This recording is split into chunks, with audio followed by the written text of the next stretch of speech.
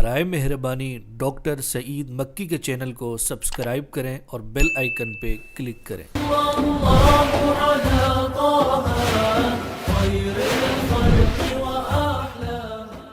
الحمد للہ رب العالمین والصلاة والسلام علی اشرف المرسلین وعلی آلہ واصحابہ اجمعین وبعد۔ اعوذ باللہ من الشیطان الرجیم، بسم اللہ الرحمن الرحیم، وما ينطق عن الهوى ان هو الا وحی یوحى، وقال تعالی ما آتاکم الرسول فخذوه، صدق اللہ العظیم۔ سامعین و ناظرین، یہ ہماری آج دوسری مجلس ہے اس عنوان سے احادیث خیر الانام در حیات عیسیٰ علیہ السلام۔ پہلی مجلس میں ہم نے اس باب میں پہلی حدیث کا متن پڑھا تھا، آج ہم کچھ اس پر کلام کریں گے۔ آغاز یہاں ہوتا ہے، اس طرح ہوتا ہے،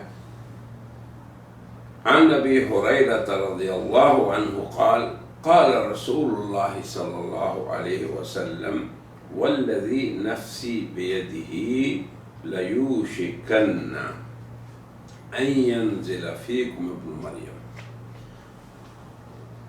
جناب نبی کریم صلی اللہ علیہ وسلم نے، جنہیں اللہ نے جوامع الکلم یعنی کلمات تھوڑے، مضمون لمبا، لفظ چند مگر مسئلہ بہت ہی طویل، دقیق اور علمی، تو یہ اللہ نے آپ کو خصوصیت عطا فرمائی تھی۔ تو نبی کریم صلی اللہ علیہ وسلم نے جو موضوع اختیار فرمایا اور جس کا آغاز فرمایا، تو آغاز لفظ نزول سے فرمایا، یعنی حضرت عیسیٰ علیہ السلام کا آسمان سے زمین پہ اترنا، جسے نزول کہتے ہیں۔ تو یہ لفظ اتنی اس میں حکمت ہے کہ نزول خود بخود اس بات کی دلیل ہے کہ پہلے ان کا رفع ہوا ہوگا۔ اب آپ دیکھیں کتنی حکمت ہے، یعنی پہلے وہ آسمان پہ گئے تو تبھی اتریں گے، اور یہ دونوں امر رفع اور نزول اس بات کو لازم ہیں کہ وہ حی فی السماء، جو وہ آسمان میں زندہ ہیں اور ابھی حیات ہے ان کی۔ یعنی یہ میں حکمت بتا رہا ہوں جناب نبی کریم صلی اللہ علیہ وسلم کے لفظ نزول کو اختیار کرنے کی۔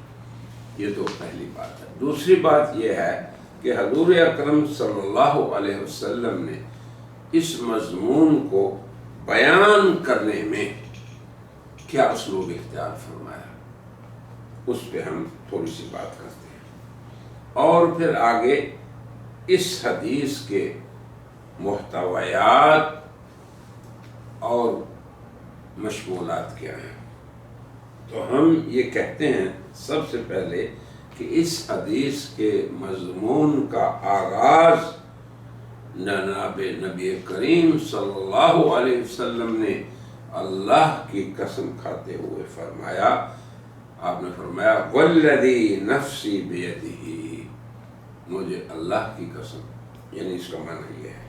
تو مطلب صرف یہ تھا کہ لوگوں اس حدیث کا مضمون کا تحقق اور واقع ہونا یہ اتنا یقینی ہے، اللہ کے نبی اس پہ قسم کھاتے ہیں۔ قسم نہ بھی کھائیں وہ صادق المصدوق، لیکن قسم کھانے کا مقصد صرف مضمون کی یقینیت کو بیان کرنا ہے قیامت تک کے انسانوں کے لیے، اور وہ مسئلہ حیات عیسیٰ ہے۔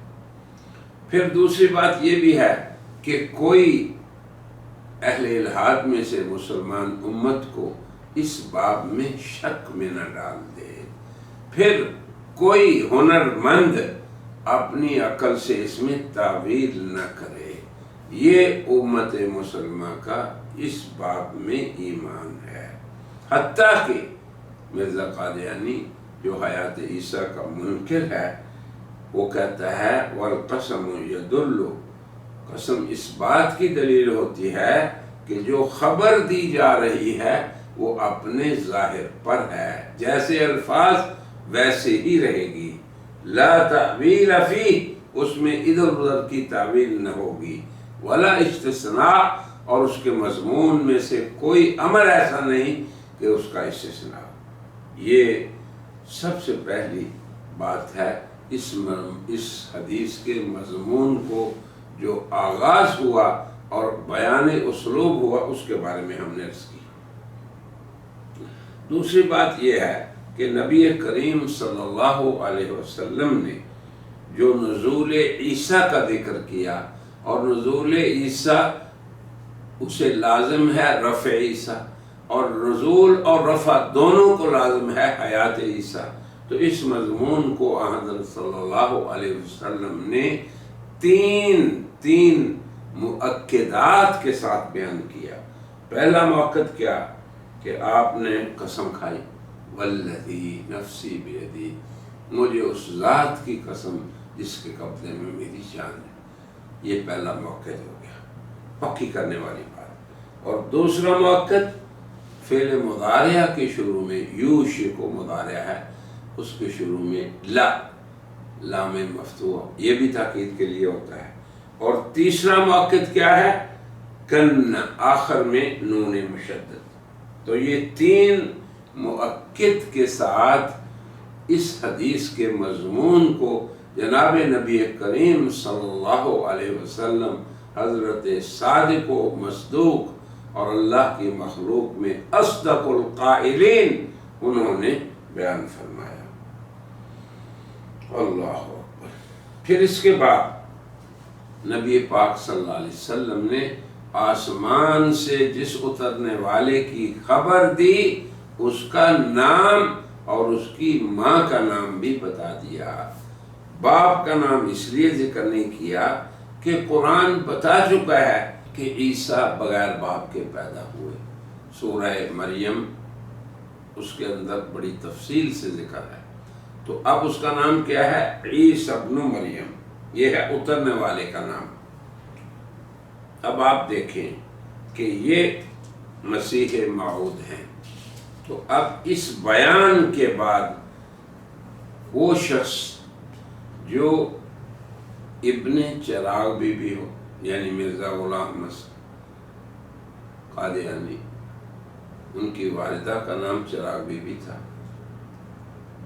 کیا انہیں مسیح موعود کہنا کسی بھی ایسے شخص کے لیے جو جناب رسول اللہ کو مانتا ہو کہ وہ اللہ کے پیغمبر ہیں اور حضور خاتم النبیین ہیں، کیا کوئی آدمی پھر کسی دیگر کو، دوسرے شخص کو مسیح موعود کہہ سکتا ہے؟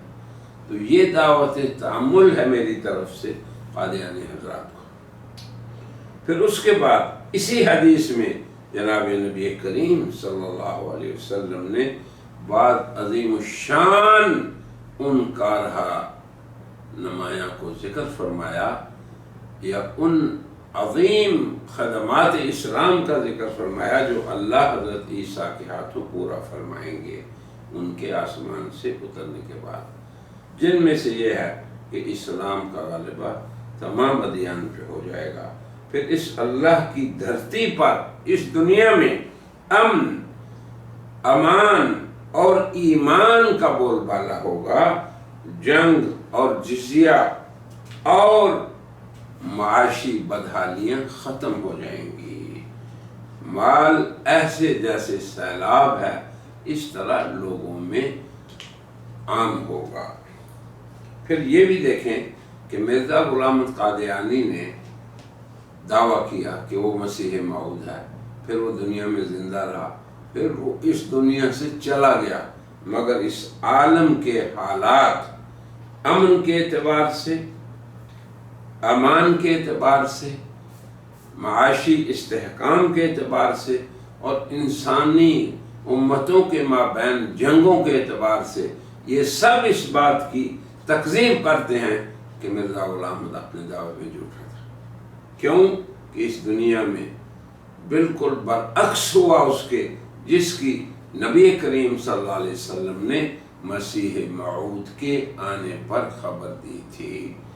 اس عالم کے احوال میں بجائے امن کے دہشت گردی آئی، بجائے امن کے اور امان کے جنگیں اور حروب پیدا ہو گئیں، اور اقتصادی طور پہ بجائے برکات کے دنیا کے اندر افراس پیدا ہو گیا۔